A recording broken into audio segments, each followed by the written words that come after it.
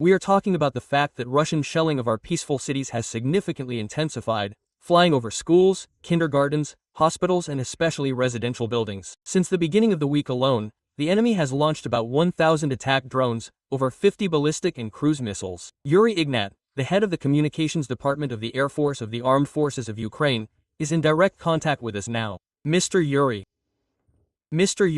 thank you for joining us. Thank you for joining the broadcast. We would like to ask what was special about the last air attack by the Russians.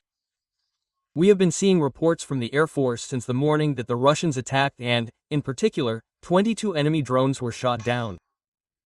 It was recorded that one drone was hit in the Odessa region and that the main direction was in the Odessa region. But what is special about the last air attack?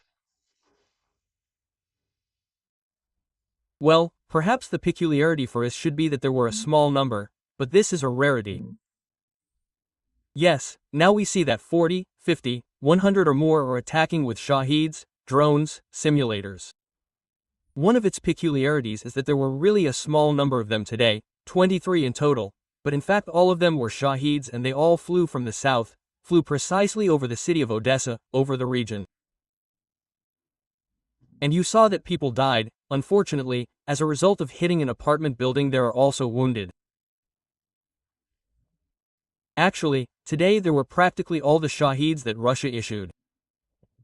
This is the peculiarity of this attack today. Tell me, please, what is the situation on the Dnipro? Because now information is spreading through Telegram channels, various means of communication, that the Dnipro was attacked with some new means. What do you know about this? Have you been able to determine it yet? There really are enough new means today. The enemy, is modernizing its equipment. It is clear that the means of preventing the attack are also the same.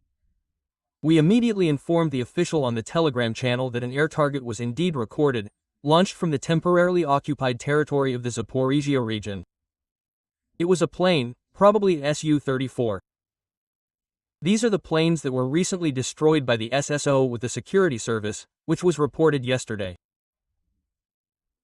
Well, actually, such an air target was dropped from this plane and flew over 100 kilometers and was shot down by air defense, somewhere about 15 kilometers beyond the border of before reaching the city of Dnipro, let's say, one of the regions.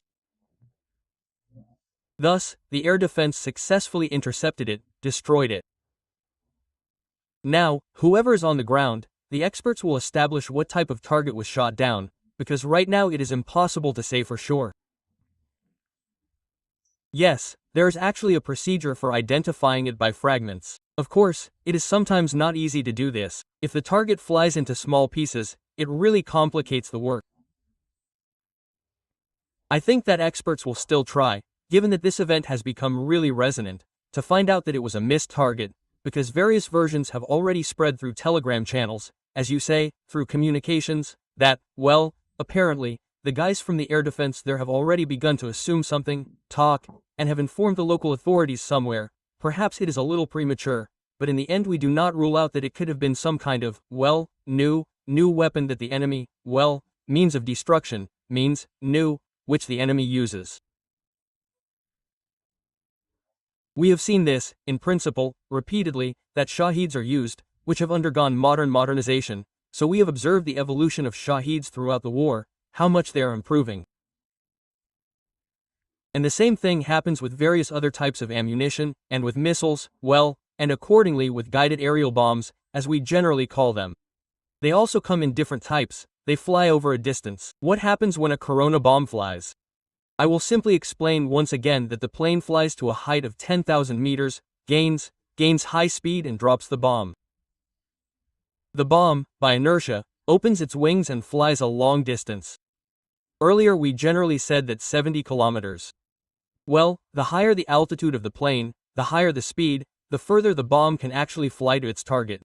What, I emphasize once again, what the target was, will be determined by experts, having found the actual damage. Then we will probably know if we can do it. Thank you. Mr. Yuri, we will wait for an official comment from you on what exactly was flying now. Thank you. Yuri Ignat, the head of the communications department of the Air Force of the Armed Forces of Ukraine, was in direct contact with us.